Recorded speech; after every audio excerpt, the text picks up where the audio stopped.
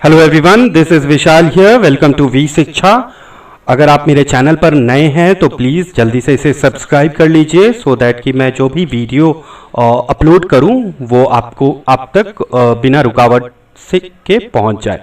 तो जल्दी से एक बार रिकॉल कर लेते हैं, जल्दी से एक बार रिवाइज कर लेते हैं कि पिछले वीडियोस में या पिछले क्लासेस में क्या क्या पढ़ाई हुआ था। ठीक है, हम लोगों ने देखा था नीड फॉर क्लासिफिकेशन, क्लासिफिकेशन क्यों ज़रूरत है, इंट्रोडक्शन देखा था, किसके बेसिस पर किस कैरेक्टरिस्टिक्स के बेसिस पर पूरे प्लैनेट के ऑर्गेनिज्म को क्लासिफाई करते हैं। साथ ही साथ हम लोगों ने कुछ बैकग्राउंड भी जाना था, हायरार्की ऑफ क्लासिफिकेशन को याद करने का ट्रिक भी देखा था, some historical background, 5 kingdom classification के बारे में जाना था, बेसिक ऑफ क्लासिफिकेशन जाना था, फिर डिफरेंशिएशन देखा था कि पांचों किंगडम किस तरीके से डिफरेंशिएटेड हैं। साथ ही साथ एक फ्लो चार्ट से मैंने आपको इंटायर थिंग बताने का कोशिश किया था। फिर किंगडम एनिमिलिया सबसे पहले हम लोगों ने स्टार्ट किया था और उसको याद करने का पूरा एनिमिलिया किंगडम को याद करने का एक छोटा सा ट्रिक जाना था। उसके बाद कुछ बेसिक वर्ड जिसका कि कुछ मीनिंग होता है 5 किंगडम क्लासिफिकेशन में, वो हम लोगों ने जाना था। उसके बाद फिर सारे फाइलम्स को हम लोगों ने जाना था एनिमिलिया किंगडम के, Porifera, Coelenterata, Ctenophora, Platyhelminthes, Aschelminthes, Annelida, Arthropoda, Mollusca, Echinodermata, Hemichordata, Chordata. Chordata का 2 अलग अलग फाइलम होते हैं, प्रोटोकॉर्डाटा और वर्टिब्राटा, ये भी देखा था। फिर वर्टिब्राटा में 5 अलग अलग क्लासेस होते हैं जो यहां पर है। उन क्लासेस को याद करने का एक छोटा सा ट्रिक परम, ये भी हम लोगों ने जाना था। और उसके बाद फिर सारे क्लासेस को हम लोगों ने डिटेल में जाना था, पाइसेस, एम्फीबिया और रेप्टिलिया, एवेस, मैमीलिया, और कुछ फैक्ट्स के बारे में भी हम लोगों ने जाना था। अब हम लोग शुरू करते हैं किंगडम प्लांटे। प्लांटे क्या होता है? प्लांट जिस तरीके का वर्ड है, वर्ड के हिसाब से अगर दिमाग में पहला चीज आता है तो प्लांटे का मतलब होता है प्लांट, मतलब पौधा। जितना भी पेड़ पौधे जगत हैं, ग्रीन चीज है, वो सारा का सारा किंगडम प्लांटे में आता है। बट साइंस के हिसाब से प्लांटे को हम किस तरीके से डिफाइन करते हैं वो हम लोग यहां पर देखते हैं। The organisms whose mode of nutrition is autotrophic. जैसा कि शुरुआत के वीडियोस में मैंने आपको बताया होगा कि मोड ऑफ न्यूट्रिशन भी एक ऐसा कैरेक्टर है जिसके बेसिस पर हम लोग किंगडम को क्लासिफाई करते हैं। तो यहां पर किंगडम प्लांटे भी जो है वो उसी के बेसिस पर, मतलब कि मोड ऑफ न्यूट्रिशन के बेसिस पर हम लोगों ने डिफाइन किया है, मतलब कि इसको अलग किया है। इसका जो मोड ऑफ न्यूट्रिशन होता है वो ऑटोट्रॉपिक होता है। ऑटोट्रॉपिक के बारे में ज्यादा जानना है तो आप मेरा वीडियो जो अपलोड किया हुआ है और न्यूट्रिशन वाला पार्ट, वहां देखिएगा तो आपको डिटेल में ऑटोट्रॉपिक के बारे में दिया हुआ रहेगा।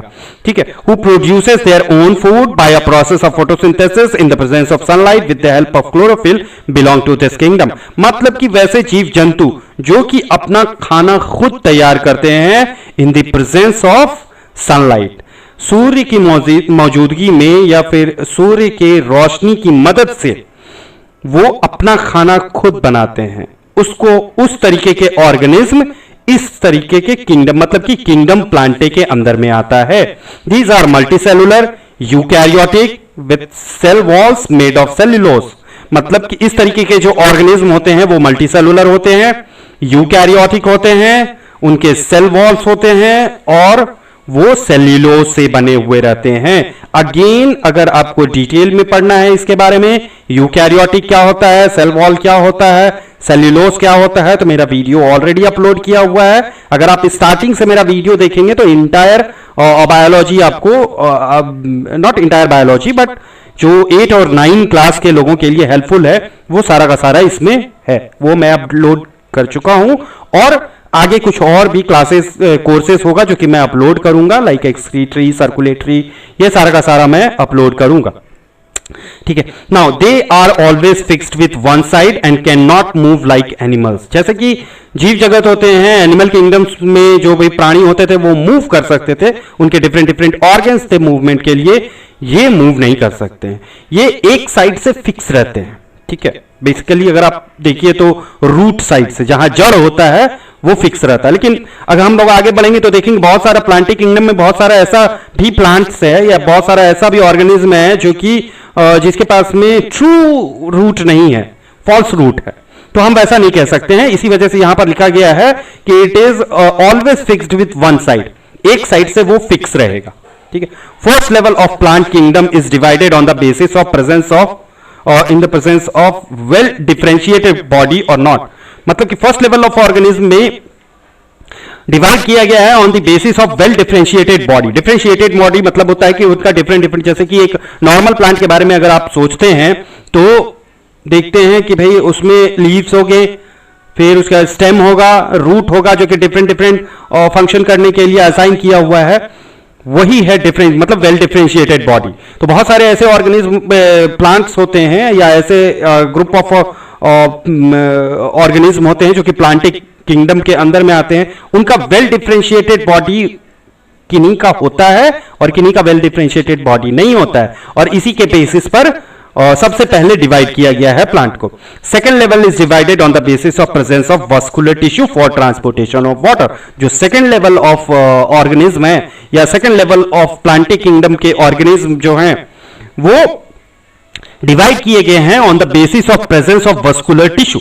मतलब उनमें जो वस्कुलर टिश्यू है वो प्रेजेंट है कि नहीं है उसके बेसिस पर डिफाइन किया हुआ है। ये वस्कुलर टिश्यू क्यों जरूरत होता है? Just like transportation of water, just like कि हमारे मतलब ह्यूमन बीइंग के हिसाब से अगर देखिए तो ट्रांसपोर्टेशन के लिए हमारे पास में डिफरेंट डिफरेंट वस्कुलर सिस्टम है।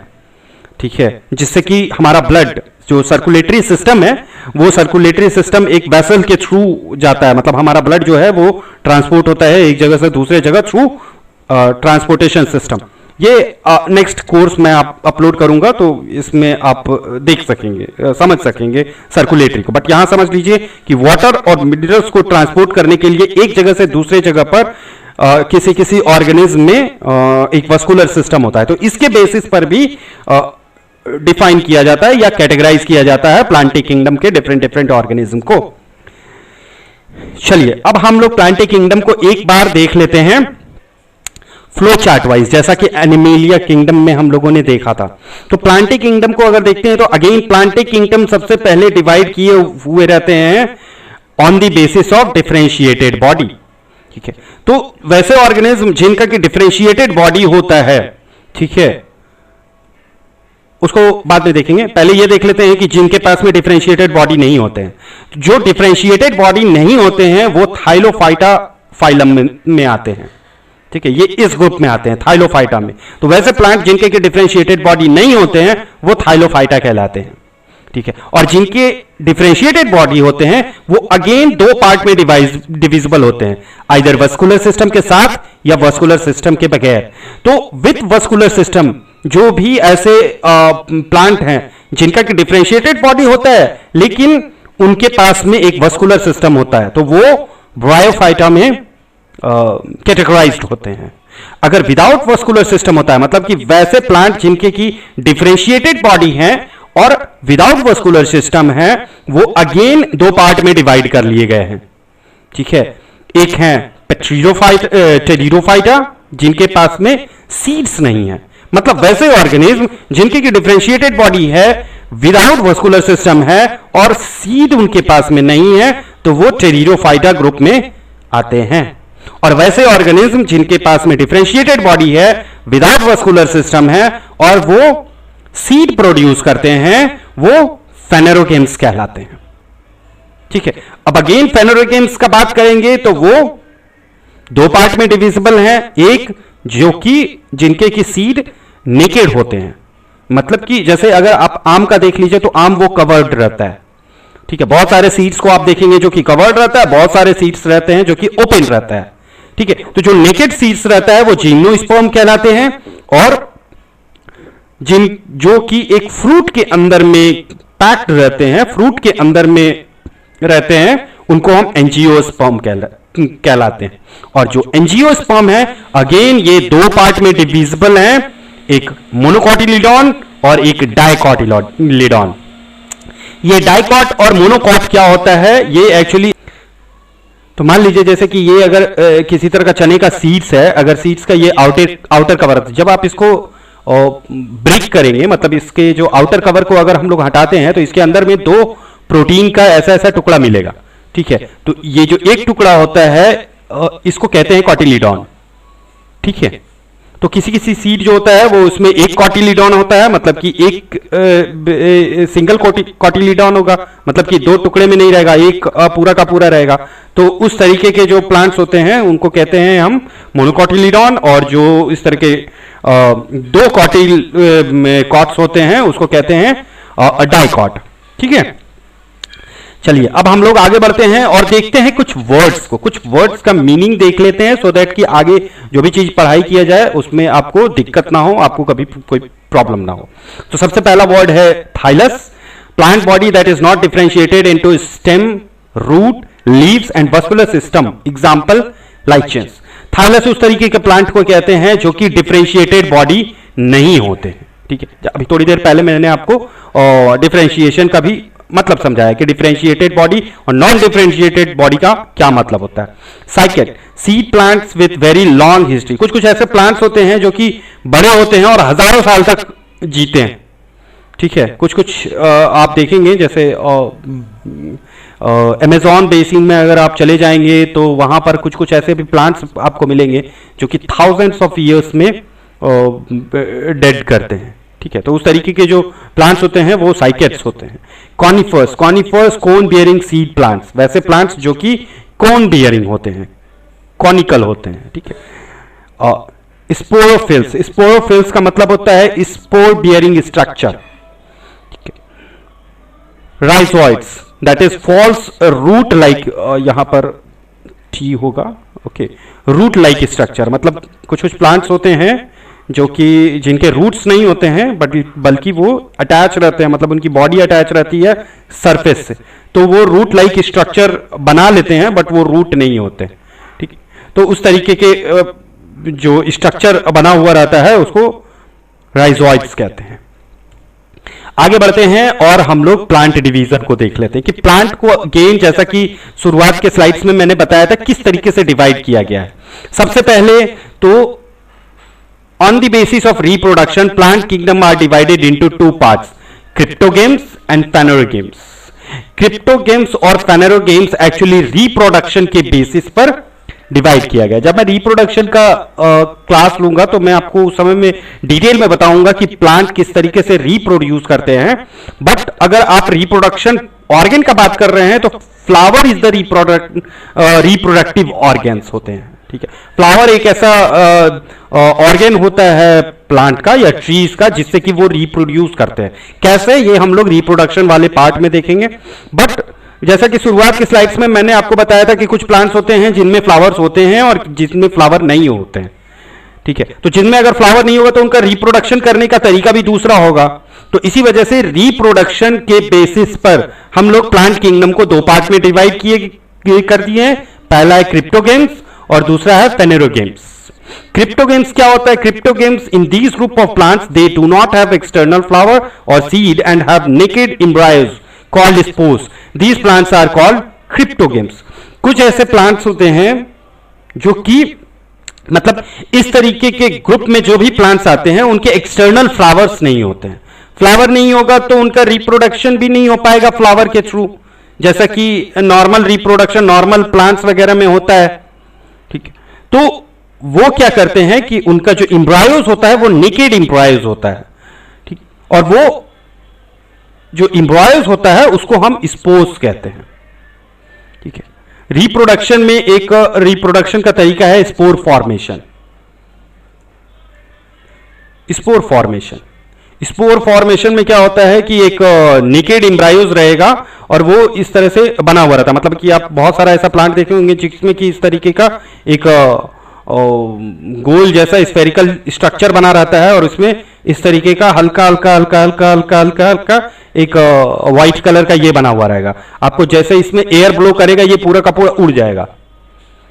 तो ये एक तरीका है रिप्रोडक्शन करने का। तो इस तरीके के प्लांट्स जो कि रिप्रोड्यूस फ्लावर के थ्रू नहीं करते हैं या फिर सीड के थ्रू नहीं करते हैं, नेकेड एम्ब्रायोज के थ्रू अगर वो अपना रिप्रोडक्शन कहते हैं, तो उस तरीके के जो भी प्लांट्स होते हैं या उस तरीके के जो ऑर्गेनिज्म्स होते हैं वो क्रिप्टोगेम्स में और डाले जाते हैं, मतलब उनका कैटेगराइजेशन क्रिप्टो गेम्स में होता है। These plants are called cryptogams. Thallophyta, bryophyta and pteridophyta came in these type of groups. ये थैलोफाइटा, ब्रायोफाइटा और टेरिडोफाइटा जो है वो इस तरीके के क्रिप्टो गेम्स वाले में आ जाता है। दूसरा है फेनेरो गेम्स। फेनेरो गेम्स वो होते हैं जो कि जिनके पास में सीड्स होता है, मतलब सीड्स से वो रिप्रोड्यूस करते हैं और उनके पास में वेल डिफरेंशिएटेड रिप्रोडक्टिव टिश्यू भी होता है। इन और इस तरीके के जो ऑर्गेनिज्म होते हैं वो फेनेरो गेम्स कहलाते हैं या फिर फेनेरो गेम्स के कैटेगराइजेशन में आते हैं। तो on the basis of presence and absence of naked seeds there are divided into two groups, gymnosperm and angiosperm. ये हम लोग आगे चल करके डिटेल में पढ़ेंगे। तो इस वीडियो में फ्रेंड्स यहां तक ही। नेक्स्ट वीडियो में या नेक्स्ट पार्ट में हम लोग डिटेल में जानेंगे Thallophyta, bryophyta, pteridophyta, gymnosperm, angiosperm, इसके बारे में हम लोग नेक्स्ट वीडियो में जानेंगे। फ्रेंड्स, मैं जो भी अपना वीडियो बनाता हूं या जो भी मैं अपना क्लास कर लेता हूं वो सिर्फ और सिर्फ वीडियो बना करके लाइक्स को गेन करने का मकसद नहीं है। मकसद ये भी है कि आप लोग को एक वैल्यूएबल एजुकेशन मिल सके, साथ ही साथ जो भी चीज मैं पढ़ाऊं आपको दिमाग में आ जाए, इजीली आप उसको रिमेंबर कर सके। और यही वजह है कि मैं हर टाइम में रिवीजन करवाता हूं। हर आगे के वीडियोस में पीछे मैंने क्या क्या पढ़ाया है वो सारा का सारा मैं बताता हूं। आपको मेरा पढ़ाने का तरीका कैसा लगता है? अगर आपको अच्छा लगता है तो प्लीज इसे ज्यादा से ज्यादा लोगों को शेयर करें। अगर आपको इसमें कुछ खराबी लगता है, अगर आपको लगता है कि something is to be rectified या something is to be corrected, please आप मुझे कमेंट बॉक्स में बताएं। मिलते हैं हम लोग नेक्स्ट वीडियो में, तब तक के लिए have a nice day. Thank you very much, bye bye.